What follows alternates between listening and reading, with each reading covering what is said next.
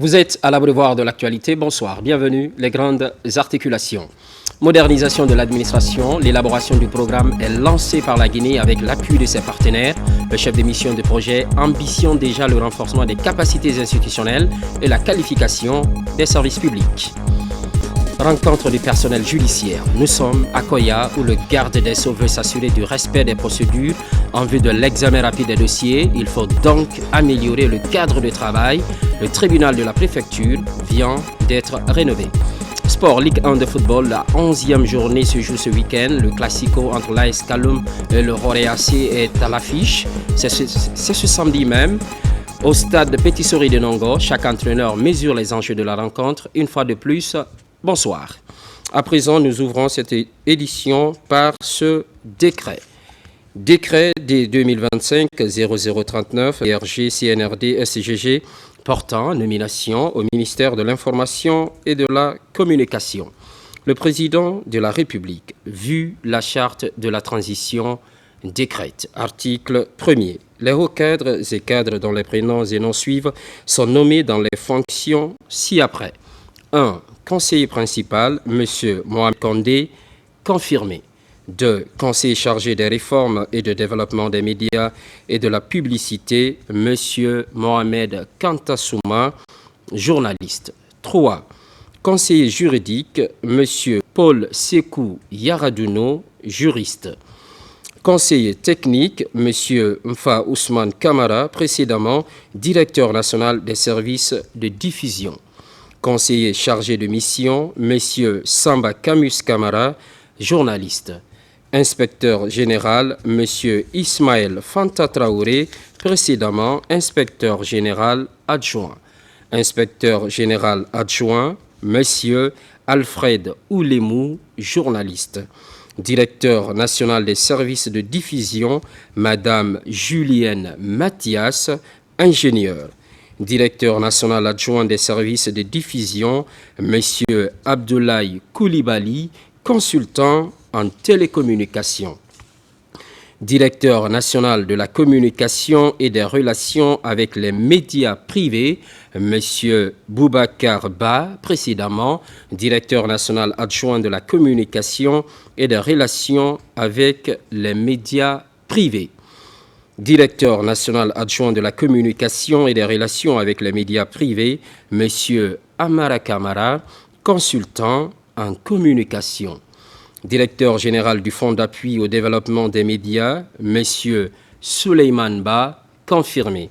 Directrice générale adjointe du Fonds d'appui au développement des médias, Mme Mam Randatou Diallo, précédemment directrice générale adjointe du quotidien Horéa. Directeur général du Bureau de stratégie et de développement, M. Guéalé Ngato Doré, confirmé. Directeur général adjoint du Bureau de stratégie et de développement, M. Abou Moussa Kamara, confirmé. Directeur général du quotidien Horéa, M. Ibrahima Kone, confirmé. Directrice générale adjointe du quotidien Horéa, Mme Marie-Louise Diallo, journaliste. Directeur général de la radio rurale de Guinée, M. Ibrahima Souri Sissé, précédemment directeur général adjoint de la radio rurale de Guinée. Directeur général adjoint de la radio rurale de Guinée, M. Lancé Koulibaly, consultant. Directeur général de l'agence guinéenne de presse, M. François Mara. Directeur général adjoint de l'agence guinéenne de presse, M. Mahamoud Bari, journaliste. Directeur général du Centre de formation et de perfectionnement en technique de l'information et de la communication, M. Abdoulaye Djibril Diallo, confirmé.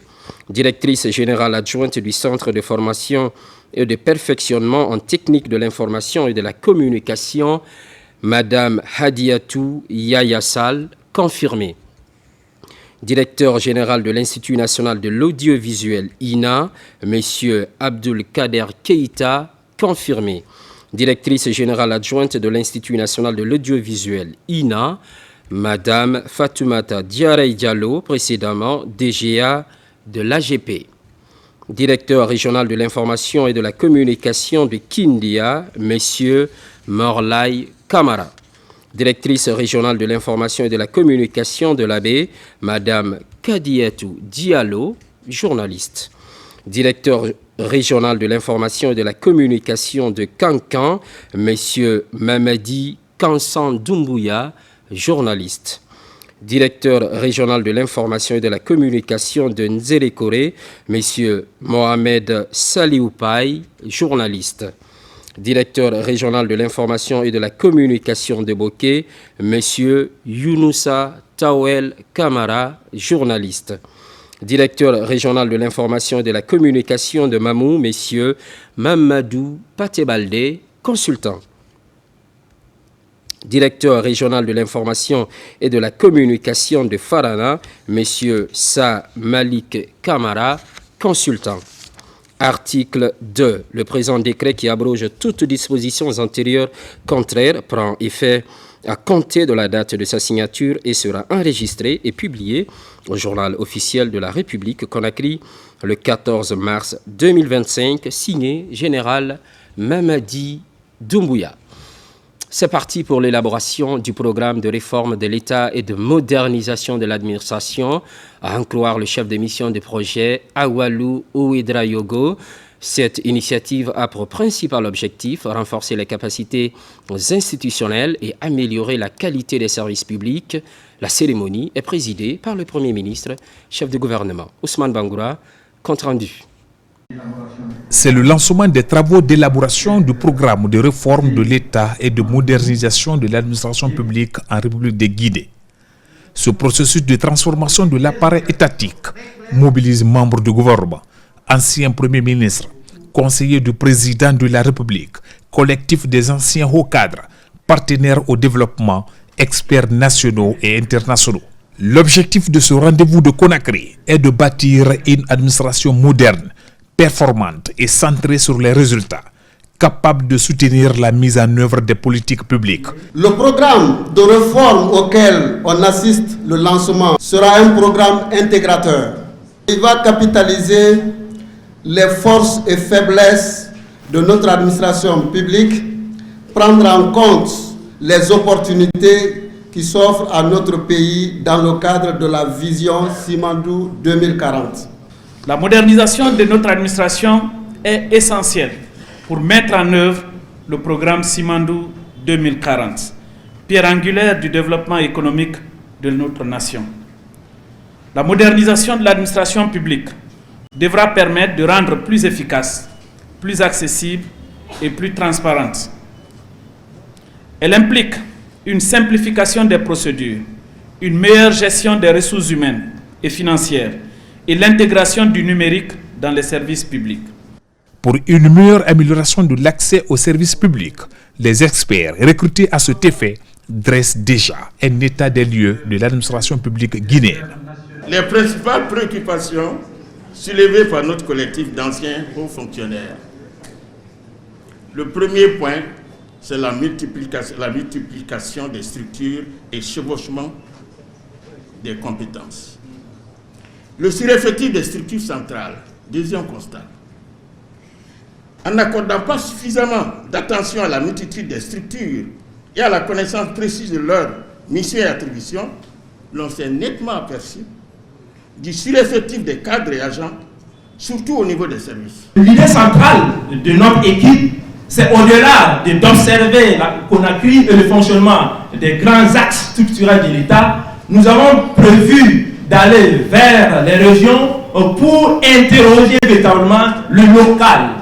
Parce que, quoi qu'on dise, le développement, il est localisé. Et c'est à partir du local que nous allons, par effet de boomerang, ramener la chose vers le central pour pouvoir informer les politiques publiques.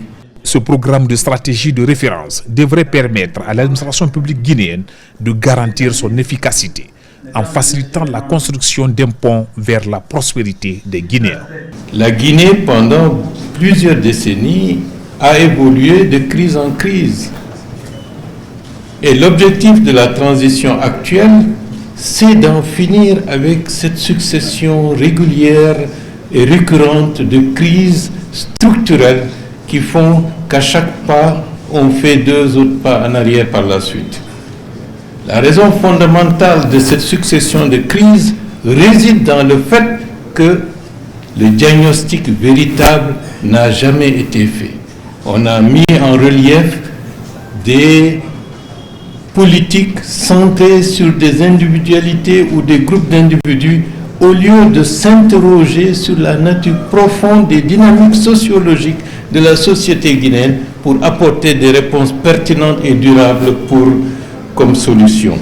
La réforme, la transition du 5 septembre 2021, en posant les bases de la refondation de l'État, fixe le cap.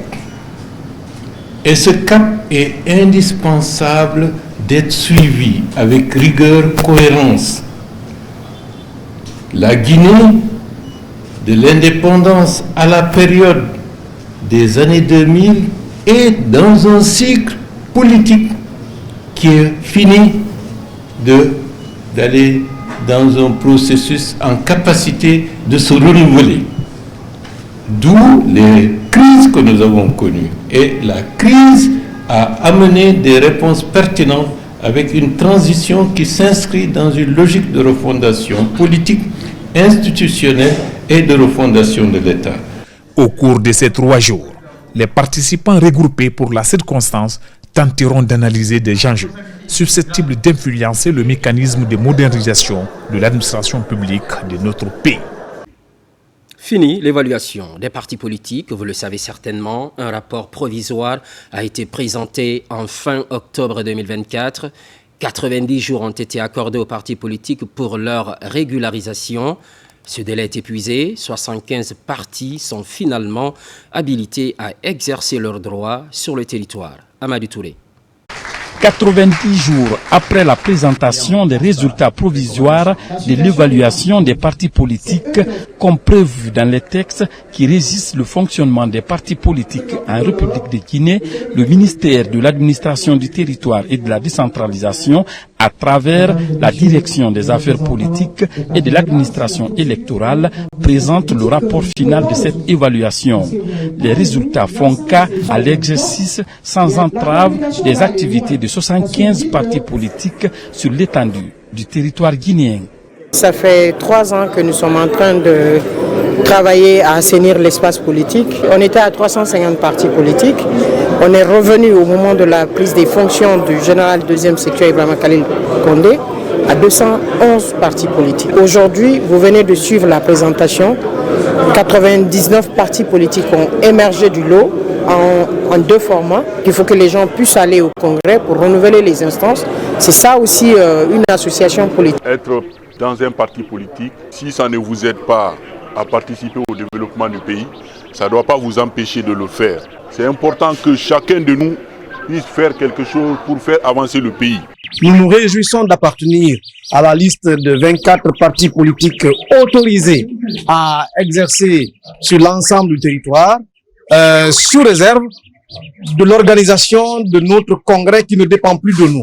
Poursuivant la synthèse du rapport, il est indiqué la suspension de 28 partis politiques, la dissolution de 27 autres et 4 partis sont mis sous observation pour une période de 3 mois.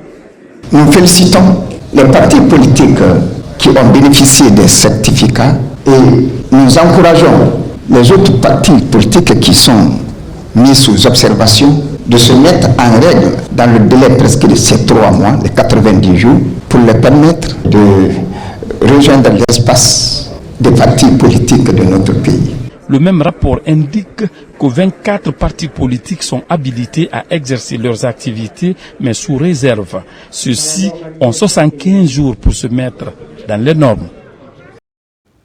Justice, Koya, le garde des Sceaux, est à la rencontre du personnel judiciaire, je vous le disais à l'entame. Il veut s'assurer du respect des procédures en vue de l'examen rapide des dossiers. Une volonté certes, mais dans la pratique, cela se concrétise également.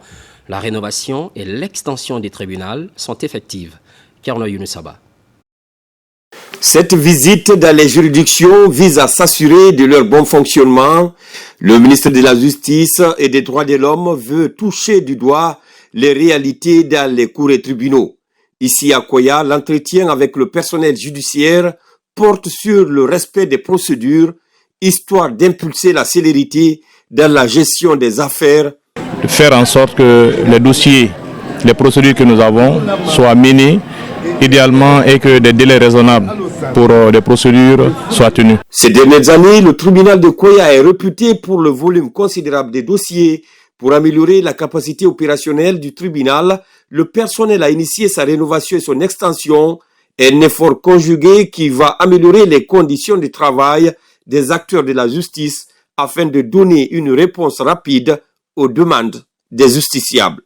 Nous avons décidé, dès notre prise de fonction, de chercher à donner une meilleure image au tribunal de première instance de Koya. C'est le lieu et le moment, monsieur le garde des Sceaux, de remercier particulièrement le chef de greffe, de remercier mesdames et messieurs les magistrats et greffiers qui composent cette juridiction pour tous les efforts qu'ils ne cessent de déployer. À l'entame de l'année 2025, j'ai dit avec beaucoup d'insistance que cette année, je la place sous le signe de la rigueur et des résultats. La justice doit retrouver sa dignité et son prestige, tout d'abord à travers les locaux qui abritent les magistrats. De ce point de vue, vous allez constater que beaucoup de chantiers qui étaient arrêtés vont démarrer très bientôt. Vous constaterez également que beaucoup d'autres chantiers nouveaux vont germer de terre comme champignons. Par cette réalisation, le tribunal de Koya exprime sa détermination à accélérer les audiences pour lutter contre les longues détentions sans jugement, ce qui va aider à respecter les droits des détenus. Plusieurs engins roulants offerts à la gendarmerie nationale. Une main généreuse de la société minière de Boké. Par ce geste, les capacités opérationnelles se renforcent en termes de sécurisation, surtout des sites de la SMB, ainsi que des populations environnantes. La remise a lieu au recommandement de la gendarmerie nationale. Adjudant-chef Oumar Kamara de la presse militaire.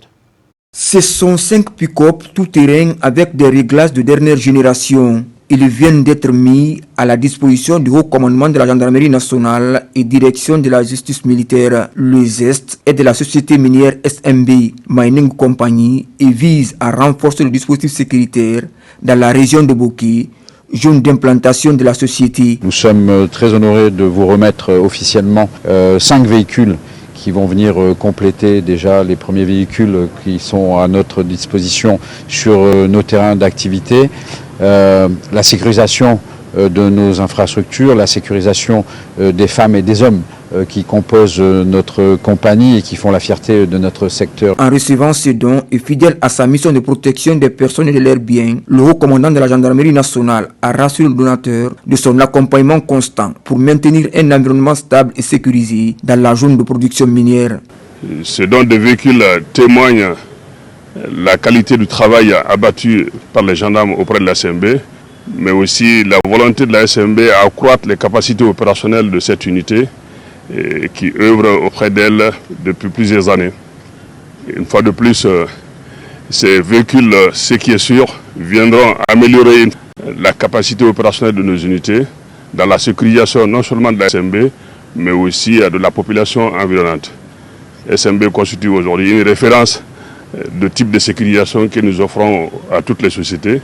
Présente en Guinée depuis plusieurs années, la société minière de Boké, SMB, œuvre dans l'exploitation de la bauxite. L'institution n'est pas à son premier geste en faveur de la gendarmerie nationale, un acte qui s'inscrit en modèle de collaboration entre le secteur privé et les forces de défense et de sécurité. Par ailleurs, depuis le 8 mars, son statut d'intérimaire a pris fin, devenant ainsi directrice générale des impôts. Il s'agit de Fatoumata Koula Diallo, première femme à occuper ce poste. Avec plein de défis à surmonter, elle est entrée en fonction ce vendredi, suivie de son installation. Mamadou Saliouba, Salifou Sila. C'est la toute première femme à être promu à la tête de la Direction générale des impôts. Intérimaire durant quelques semaines, désormais confirmé par décret le 8 mars dernier. Une date qui rappelle la célébration des droits des femmes. Une heureuse coïncidence pour Dame Diallo. Sa prise de fonction est officielle. Afin d'atteindre les objectifs, il est primordial d'instaurer une relation de confiance avec les contribuables, fondée sur la transparence, l'équité et la responsabilité dans toutes nos prises de décision. Ma mission consistera alors pour œuvrer dans un système fiscal plus juste, inclusif et économique. Ce sens de la responsabilité l'invite donc, après son expérience avec ses collaborateurs, à tendre la main à nouveau à ses collaborateurs et collaboratrices pour continuer à travailler sur les objectifs qui leur ont été assignés. Cette promotion est l'une des volontés du chef de l'État, celle d'accroître la représentativité des femmes à des postes de décision. La Direction générale des impôts confirme cette ambition présidentielle. Une marque de confiance certes, mais surtout une responsabilité et de collégialité. Nous avons reçu l'instruction du président de la République de conférer un cachet particulier à cette cérémonie pour dire que il fait ce qu'il dit quand il dit qu'il va faire la promotion de la femme. Mettez tout ceci derrière vous et soutenez-la. Donc sa réussite est votre réussite. Juste après sa prise de fonction, place à l'installation de la directrice générale des impôts. Principal défi, poursuivre les réformes de mobilisation et de sécurisation des recettes fiscales. Au même moment, amélioration des relations professionnelles de travail en Guinée, cela passe par l'inspection générale du travail. Pour cette année, de grandes ambitions sont affichées. On cite un exemple, le renforcement des contrôles dans les entreprises et c'est autour d'une rupture collective. Mamadi Ternakamisoko nous donne les détails. Gendarme de l'État en matière de respect de la législation du travail en vigueur, l'inspection générale du travail compte pleinement jouer son rôle auprès des entreprises et des employés. Autour de cette rupture collective, le personnel évoluant dans la zone spéciale de Conakry fixe le cap de l'année 2025. Cette rupture collective de l'inspection générale du travail nous permet aujourd'hui de nous retrouver et d'échanger autour de tout ce que nous avons eu à accomplir et tout ce qui reste à accomplir. Moi je suis là depuis 1995. On n'a jamais vu ça. Donc, avec la nouvelle équipe, nous souhaitons que cela perdure. Le ministère du Travail et de la Fonction publique a mis au centre de ses réformes prioritaires l'inspection générale du travail. Les attentes sont grandes et l'équipe actuelle semble mesurer la portée de sa responsabilité. Les perspectives et les tendances sont vraiment en train de changer. Aujourd'hui, il n'y a pas du tout de complaisance possible quand il s'agit du droit du travailleur, du respect de la législation du travail. Il n'y a pas du tout de complaisance. Nous sommes ouverts. Nos objectifs sont clairs, nos missions sont claires. Nous demandons à toutes les entreprises et aussi aux employés de frapper à la porte quand il est nécessaire de le faire. Cet échange direct dans un cadre informel a marqué ces contrôleurs du travail. Désormais, ils s'engagent selon leur mandat à informer et conseiller les employeurs, les salariés et les représentants du personnel sur les dispositions applicables pour un environnement de travail paisible et durable en Guinée. Commune urbaine de Kindia, bientôt un lycée d'excellence va sortir de terre. La pose de la première pierre est déjà faite. L'infrastructure à l'avenir va promouvoir l'enseignement de qualité, une démarche soutenue par le ministère de l'Administration du Territoire et de la Décentralisation. Maïmouna Bella Diallo. Sur ce site sera bâti très bientôt un lycée d'excellence. Nous sommes au quartier Bamba, dans la commune urbaine de Kindia. L'initiative est des autorités guinéennes à travers le ministère de l'Administration du Territoire et de la Décentralisation. Cette cérémonie de pose de la première brique témoigne de la matérialisation de l'ambition de doter la ville des agrumes d'un lycée tel qu'il est présenté sur la maquette. Ce bijou que Kindia vient de bénéficier on ne saura que demander au Tout-Puissant pour que beaucoup d'enfants de Kilia et le Bamba même soient maintenant encadrés dans cette école-là que nous venons maintenant de poser la première pierre. Un délai d'exécution de 10 mois a été accordé à l'entreprise en charge de l'exécution de ce projet. Cette école est composée comme suit. Il y a un bâtiment principal de R+2, c'est-à-dire 2 étages, qui comprend 12 salles de classe, des laboratoires, un amphithéâtre, des blocs de toilettes qui accompagnent, des dortoirs qui peuvent recevoir jusqu'à 200 élèves, filles et garçons.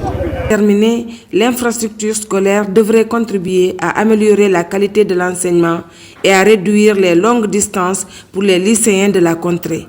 C'est un lycée moderne qui comporte toutes les commodités et à régime internat. Je sais déjà que nos prédécesseurs vous ont présenté le projet. En ce qui nous concerne en tant qu'entreprise, nous vous renouvelons notre engagement de respecter rigoureusement les prescriptions techniques. La réalisation de cette école est un véritable ouf de soulagement pour les populations de Bamban, commune urbaine de Kindia. C'est pourquoi elle s'engage à accompagner l'entreprise pour la réalisation de ce projet. Fini la mise à disposition de la plateforme unique de documentation. L'utilisation de cet outil d'apprentissage intéresse le département de l'enseignement supérieur. Les étudiants se familiarisent avec cette plateforme innovante qui contient 2 millions de ressources documentaires. Mounir Bari, explication. La mise en place de la plateforme unique de documentation est aujourd'hui une des avancées majeures dans l'enseignement supérieur. Pour booster les compétences opérationnelles à l'utilisation de cet outil numérique, des techniciens sont déployés pour former les principaux bénéficiaires. Dans les universités, les institutions d'enseignement supérieur, il y a un déficit de documentation, ce qui amoindrit en fait la qualité de la formation. Les bibliothèques physiques n'offrent pas la possibilité à autant de personnes d'avoir accès aux numéros qui sont existants. Et puis de notre côté, vous avez aujourd'hui de plus en plus de développement des moyens numériques. L'État nous a donné une opportunité en nous offrant une plateforme de plus de 2 millions de documents. Voici comment on utilise l'utilisation. Tu pars sur Parcoursup, tu es là, tu mets ton INE, ton mot de passe lors de tes orientations. Une fois rentré là-bas, tu vas voir différentes thématiques. Pour réussir le pari, les dispositions sont prises par le département afin de permettre une utilisation rationnelle et judicieuse des ressources documentaires disponibles. Aujourd'hui, l'accès à la documentation va être davantage facilité et ça fait partie de la qualification du système d'enseignement supérieur et de recherche. Aussi, l'employabilité des étudiants s'entre dans le processus de qualification de formation pour qu'ils deviennent des ressources compétentes, non seulement pour leur propre emploi, mais aussi pour le processus de développement national. La Guinée, les enseignants guinéens étaient vraiment presque les enseignants pauvres en matière de documentation. Aujourd'hui, cette plateforme Pludoc, alors qui comprend 2 millions d'ouvrages. Avec l'octroi des ordinateurs aux étudiants par le département, le ministre jette les bases réelles d'un véritable développement de l'écosystème numérique. Santé et une seule question, comment booster la santé maternelle en Guinée? Acteurs et partenaires se retrouvent à Conakry. Il s'agit de la 3e réunion de Sirmania, un espace pour définir des orientations précises afin de rehausser les indicateurs de la santé maternelle. Kerno Maroufba, Mohamed Mpati Kamara, Daouda Tabansila. C'est la 3e réunion de coordination technique multisectorielle de la santé maternelle, du nouveau-né, de l'enfant, de l'adolescent et la nutrition.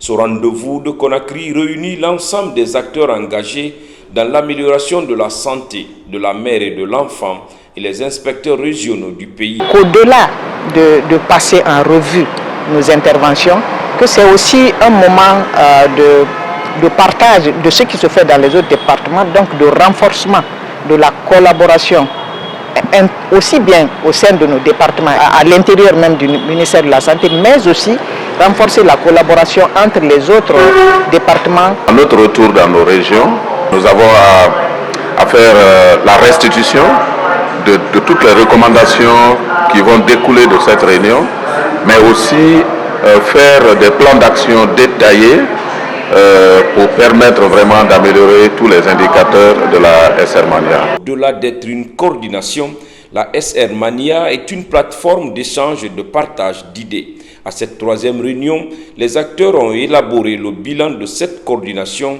au compte de l'exercice 2024. Cette réunion de coordination constitue une plateforme essentielle où nous devons ensemble analyser les progrès, identifier les défis persistants et convenir des actions stratégiques et opérationnelles à mettre en œuvre pour améliorer les indicateurs de la SR Mania. Au sortir de cette réunion de Conakry, des recommandations ont été formulées. Elles vont dans le sens du renforcement de la planification, de l'optimisation des interventions en faveur des populations les plus vulnérables. Santé toujours, cette fois-ci à Boké. L'hôpital régional aura bientôt une centrale d'oxygène. Le gouverneur de la région a récemment lancé les travaux. C'est un financement de l'UNICEF afin de soulager les patients dans cette partie de la Guinée. Younous Atawel Kamara. Le personnel soignant de l'hôpital régional de Boké va bientôt se frotter les mains. Sa structure sanitaire aura désormais sa propre centrale d'oxygène. C'est une initiative du ministère de la Santé sous financement de l'UNICEF.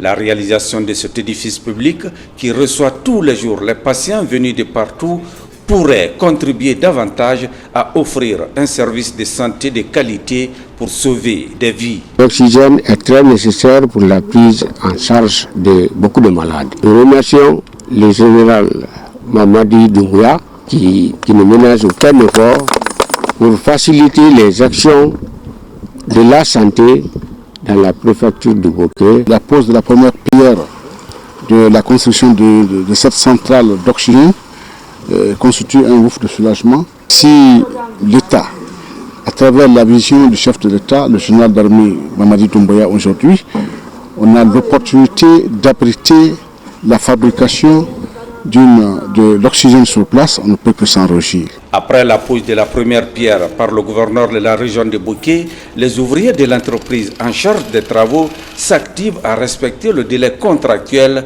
prévu pour 3 mois. Nous avons commencé les travaux et nous avons fait déjà une mobilisation en personnel, en matériel et matériaux aussi. Nous avons pris toutes les dispositions par rapport à l'exécution de ce projet dans les règles de l'art. Par cette initiative, le gouvernement guinéen et son partenaire UNICEF expriment ainsi leur volonté à renforcer le système sanitaire de l'hôpital régional de Boké en l'équipant de matériel adéquat. Sur tout autre plan, jeunesse et développement local, c'est le thème d'un forum sur la vulgarisation du vaste programme Simandou. Le cabinet international Simaco organise l'événement. Il est question d'expliquer la portée de cette vision présidentielle pour l'insertion socio-professionnelle de la couche juvénile. Mekini Moussa Kamara, Noumousso Diakité. Ce forum a permis aux jeunes de Conakry de s'informer sur les enjeux du développement local et les opportunités offertes par le projet Simandou. Il a également servi de plateforme d'échange et de réflexion sur les initiatives à mettre en place pour favoriser l'implication de la jeunesse dans la construction d'un avenir prospère pour la Guinée. Nous avons organisé cet événement pour accompagner l'ambition politique du président général Mamadi Doumbouya, chef de l'État, chef suprême des armées, qui a décidé de développer notre pays d'ici 2040. Que notre pays soit un pays émergent d'ici 2040. Que notre jeunesse soit une jeunesse efficace et une jeunesse représentative dans la sous-région d'ici 2040. Le ministère de la Jeunesse est le soutien institutionnel de ce programme. Mais au-delà, aussi la vulgarisation de la vision Simandou 2040. Alors c'est une bonne initiative à soutenir et à encourager au regard de la mobilisation qu'ils ont eu à faire. Moi j'ai dit que c'est important parce que ça touche une cible qui doit être la force motrice du processus de développement de notre pays. Le projet Simandou offre des perspectives considérables en matière de lutte contre la pauvreté et les inégalités sociales et économiques. À présent, quelle suite donner à l'incendie du dépôt pétrolier de Kaloum? On parle maintenant de la relance de l'économie des femmes. Le Fonds monétaire international a mis la main à la poche. 5 millions de dollars sont accordés à la Guinée. Mais comment accéder à ce financement? Les modalités sont expliquées aux populations. Lancé Kamisoko, Alpha Kamara. Un an après l'incendie du dépôt pétrolier du Koronti, l'État guinéen et ses partenaires s'activent dans la relance de l'économie locale. À travers la facilité de crédit du Fonds monétaire international, le Fonds d'appui aux activités économiques des femmes et filles de Guinée FAEF bénéficie de 5 millions de dollars américains.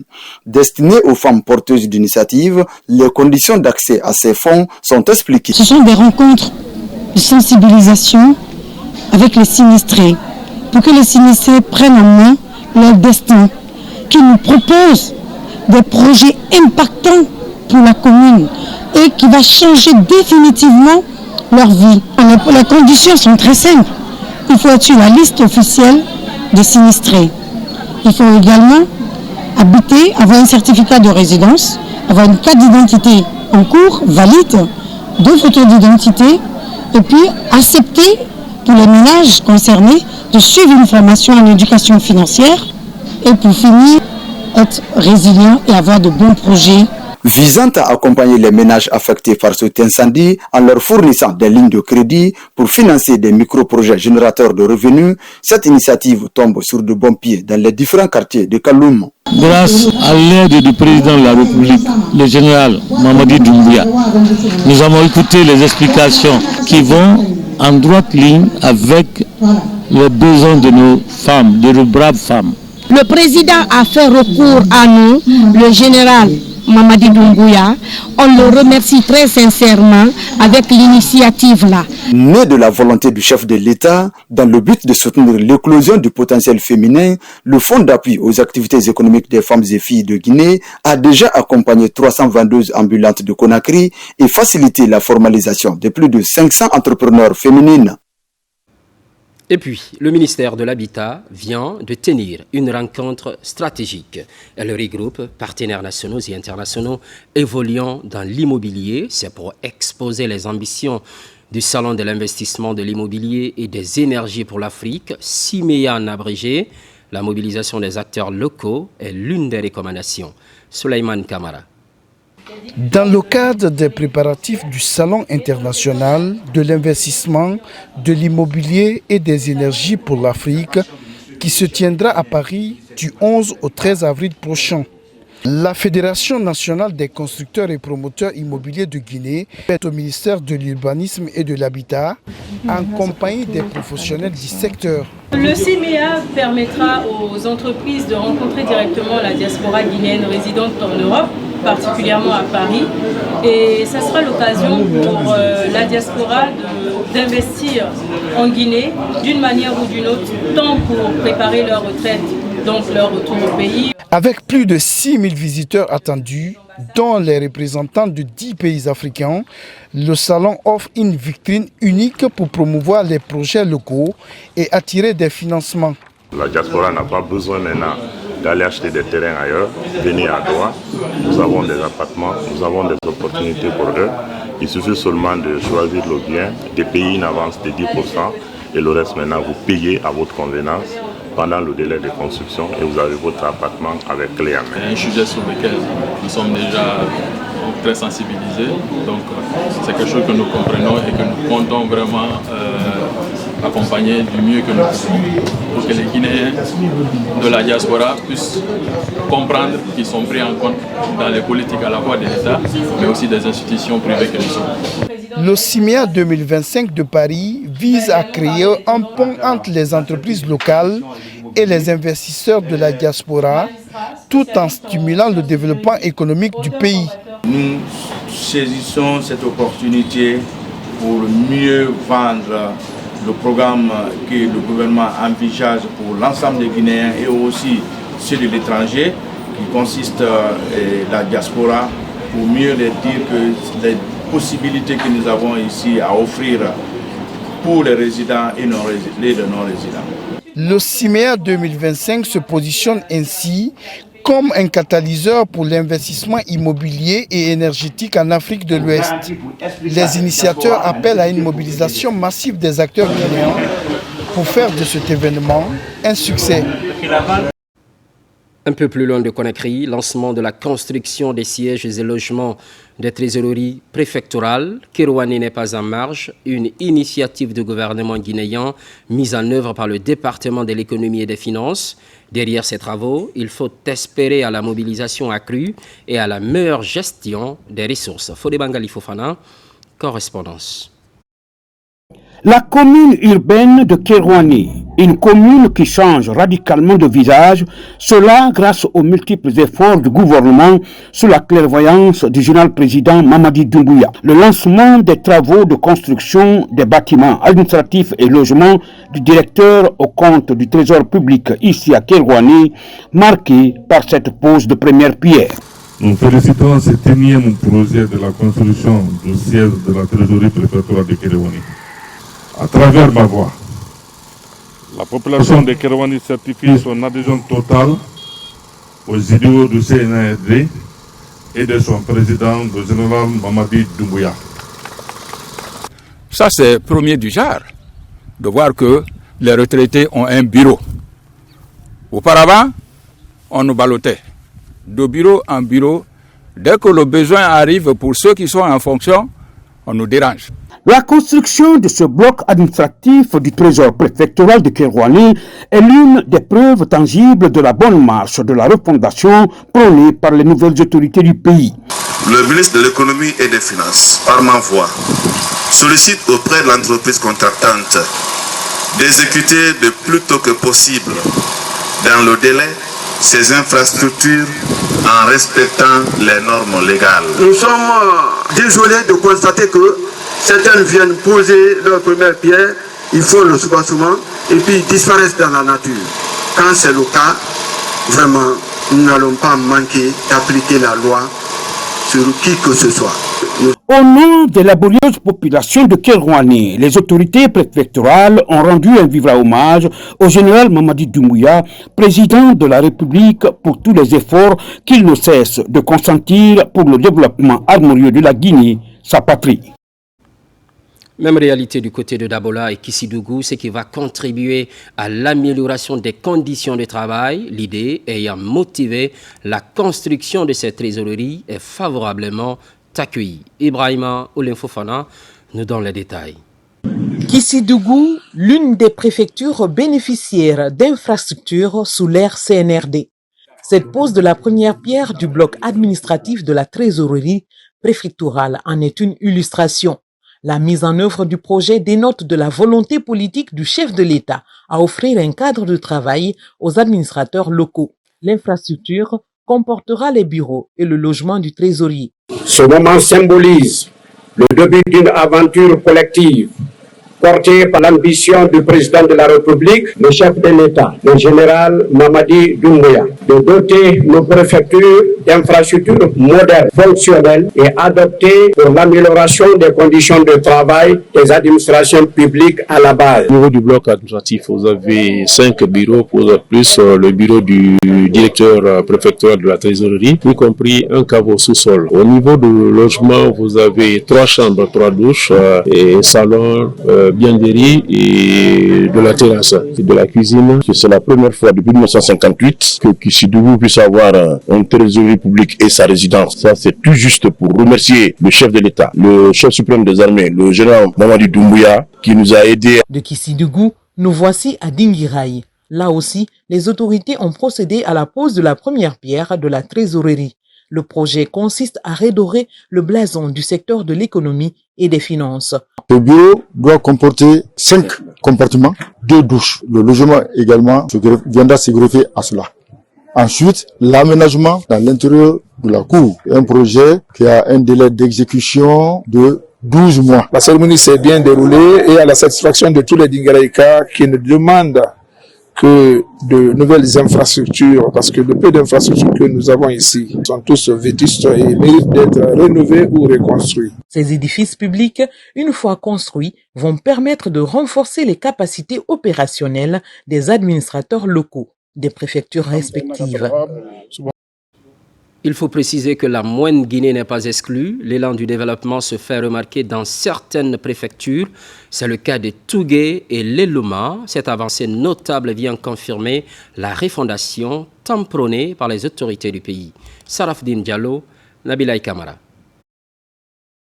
Depuis l'avènement du CNRD, la refondation est devenue une réalité dans les préfectures de Tougué et l'Eluma.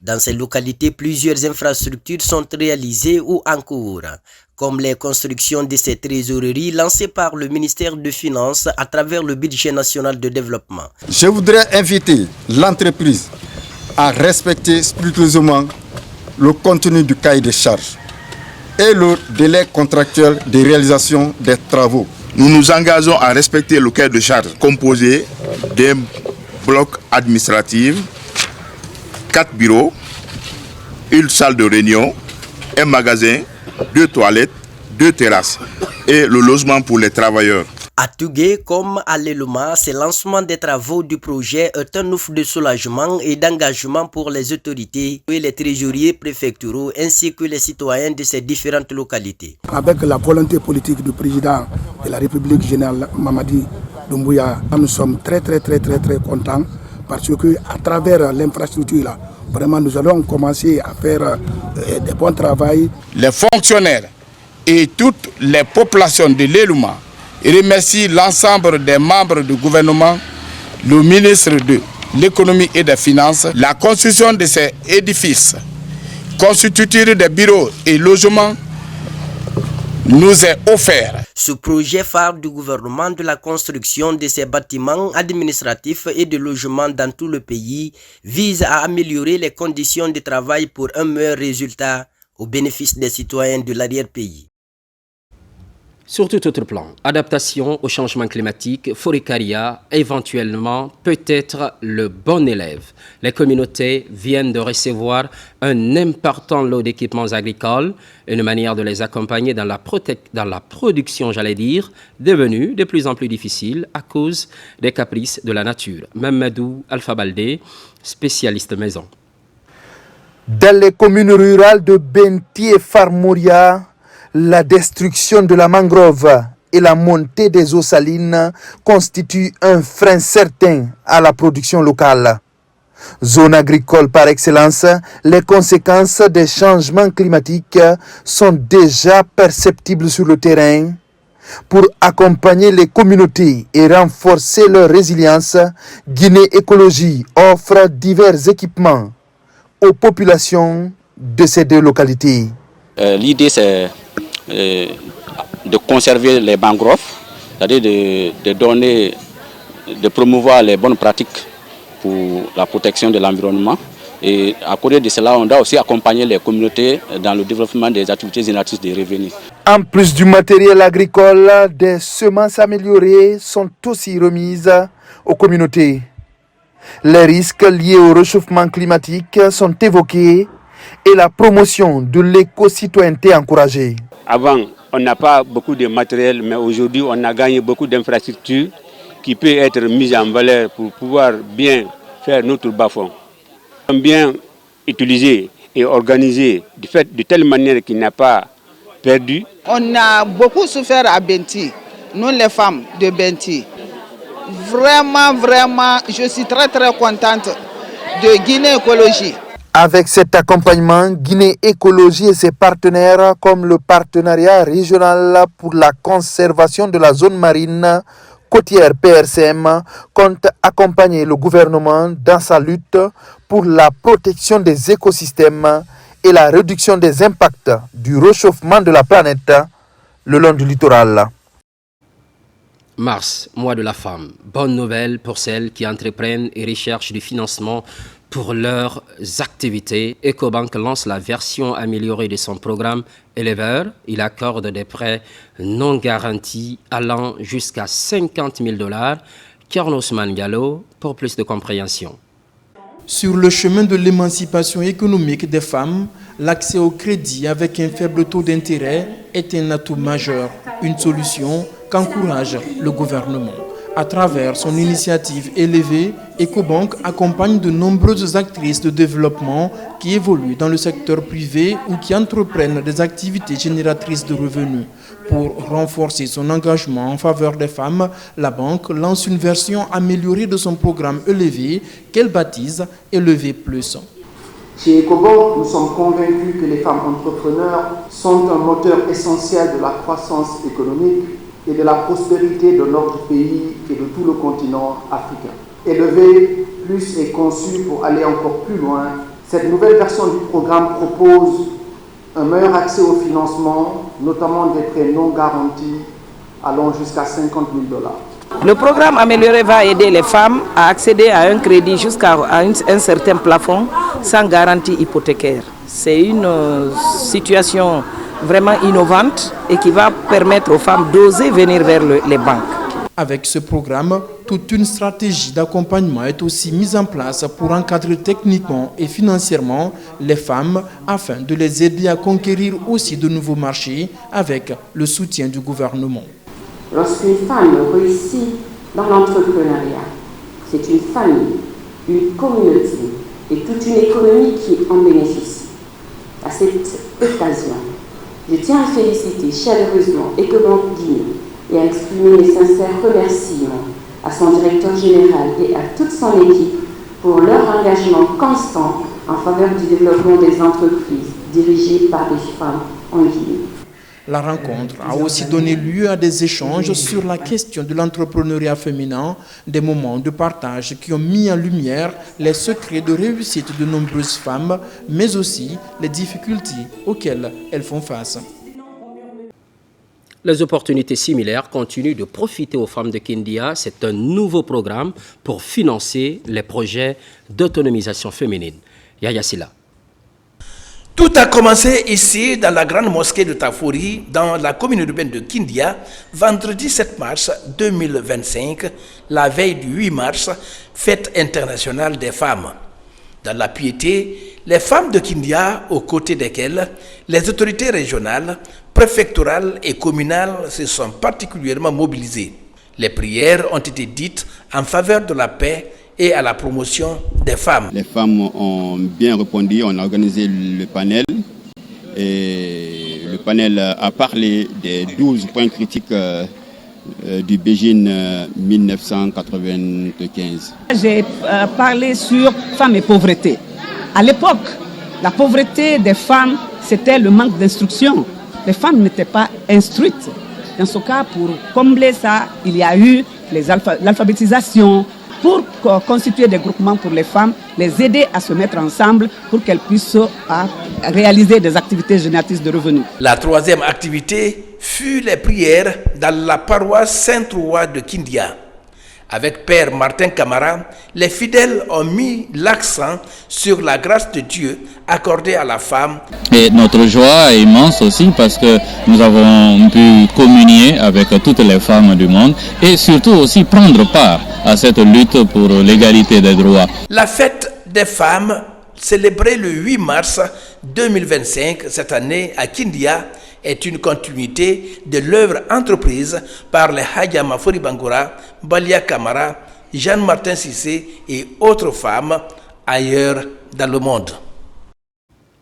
Au pays de Paul Kagame, Rwanda, à l'occasion de cette période de pénitence, l'ambassade fait un geste pour la communauté. Des vivres sont mis à disposition par le personnel diplomatique. Ce geste de solidarité s'est déroulé en présence de l'ambassadeur de Guinée à Kigali et de son homologue rwandais, Alpha Isiagaba.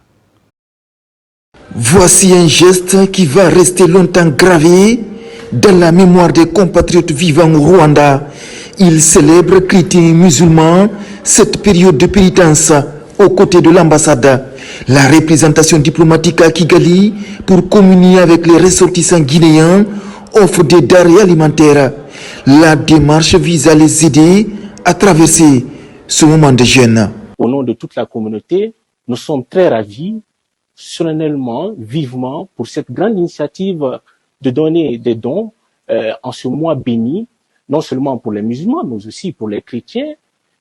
Cette initiative est très solennelle et ça marque quelque chose de très grand. Cette journée également indique combien de fois son Excellence Soumaïla Savané, l'ambassadeur extraordinaire et plénipotentiaire de la République de Guinée, près de la République du Rwanda, est très attaché à sa communauté.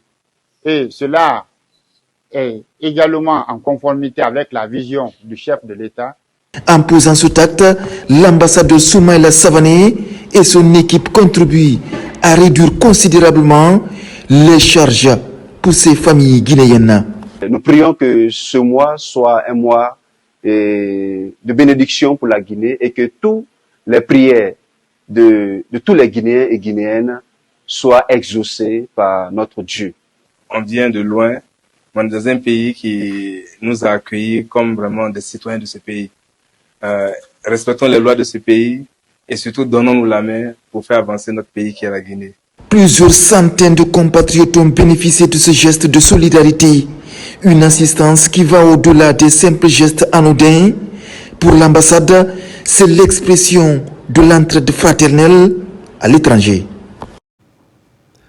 Retour au pays et Alphonse Aboké pour nous faire comprendre le rapprochement et la solidarité exprimée vis-à-vis des populations sur place. C'est à l'actif du directeur du protocole d'État de la présidence, Ahmed Koumbassa, qui a entrepris une visite dans la région. C'était du 8 au 12 mars 2025. Cette initiative contribue au renforcement de la quiétude sociale. Bakari Bambakonde.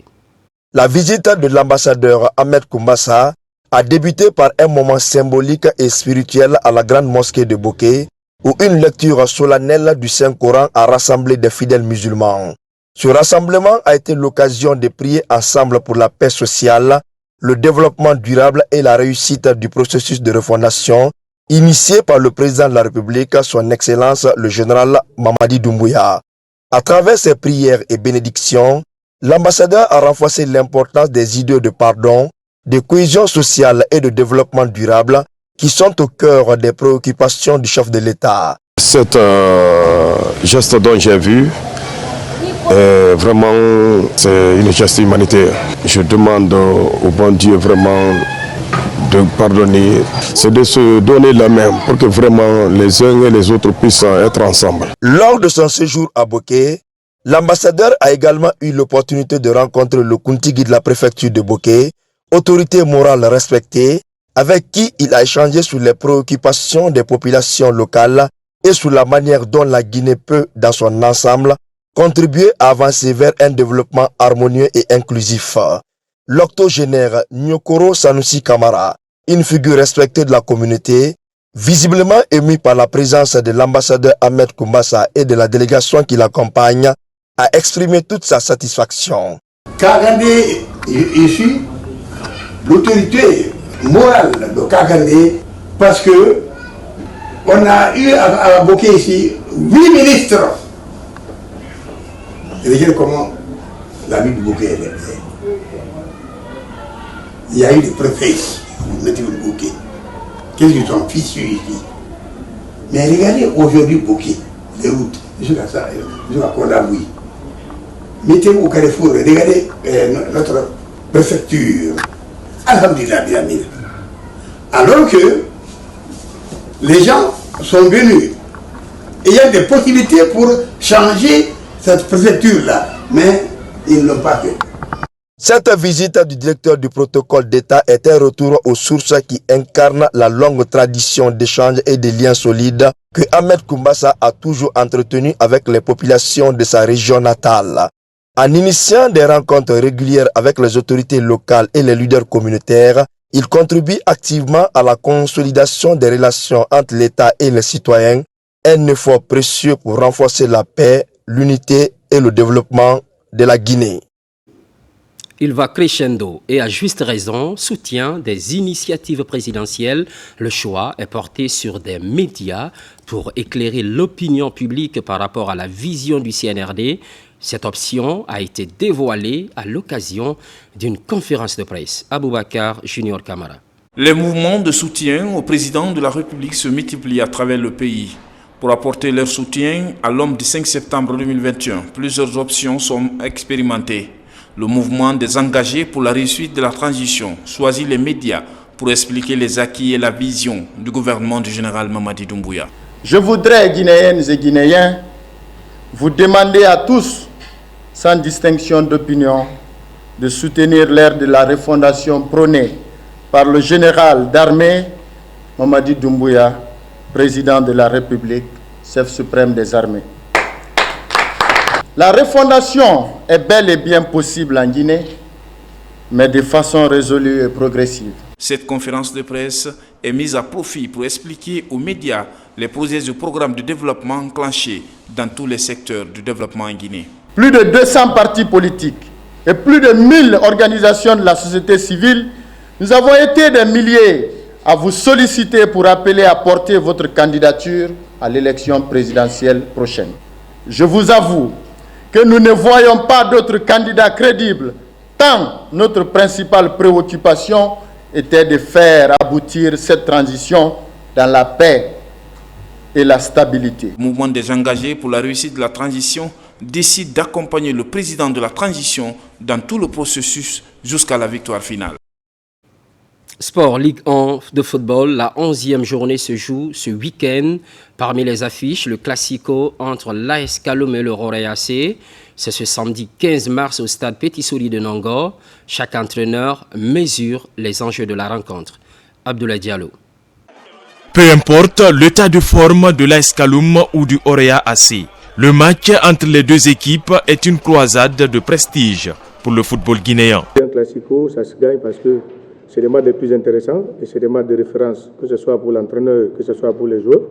Je pense qu'on est sur une bonne dynamique et que demain, on va le préparer ce match, plus sur l'aspect tactique et mental, parce que l'AS Kaloum sait jouer ce genre de match.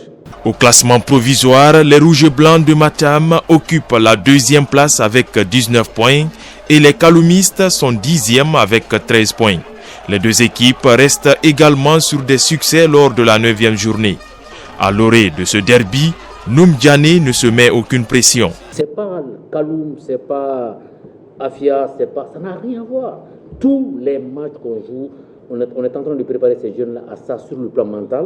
Déjà que ce soit des joueurs vraiment des guerriers sur le terrain. Pour des raisons de sécurité, la Ligue, en accord avec l'ASK, a délocalisé ce match au stade Petit Souri de Nongo. L'invite est faite au public d'observer le fair play pour mieux profiter du spectacle. Nous privilégions l'événement, c'est un événement et que la sécurité de tous ceux qui participent à l'événement est un souci majeur pour la Ligue. Je demande à tout le monde de venir avec un esprit de fair play 1000% parce que au-delà de tout ce qu'on dit, c'est des Guinéens qui jouent contre des Guinéens, c'est des frères qui jouent ensemble, c'est des jeunes qui se connaissent. Les 19 derniers classicos qui ont opposé l'AS Kaloum au Rorail AC se sont soldés en faveur du HAC qui totalise 9 victoires et 3 défaites. Pour l'exercice précédent, l'ASK avait gagné 1-0 à Yorokogia avant le nul ouvert au match retour. Ce samedi, le public du stade Petit Souri aura droit à des retrouvailles. À titre illustratif, Ibrahima Souri Sankon et Sekou Keita seront face à leurs anciens coéquipiers du Rorail.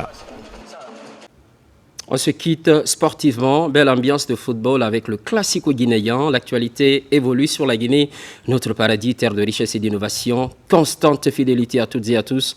À très vite.